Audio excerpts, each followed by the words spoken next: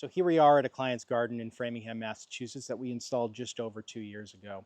And this garden has a really special place in our hearts because the client came to us and tasked us with not only removing half of their lawn, but also to amplify the existing natural beauty that they had. So they have this beautiful view of a lake behind their house, and they really wanted to help frame and connect their own landscape to that space beyond. So with that in mind, we approached the space with a very diverse palette of plants with multiple layers to the whole space.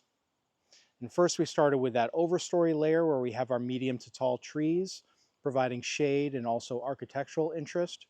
Moving down there, we have our flowering tree layer, which provides a mid-height layer, while also seasonal interest in its fall foliage and spring flowers. And below that, we have our shrub layer, which helps create framing for the space as well as other vertical accents.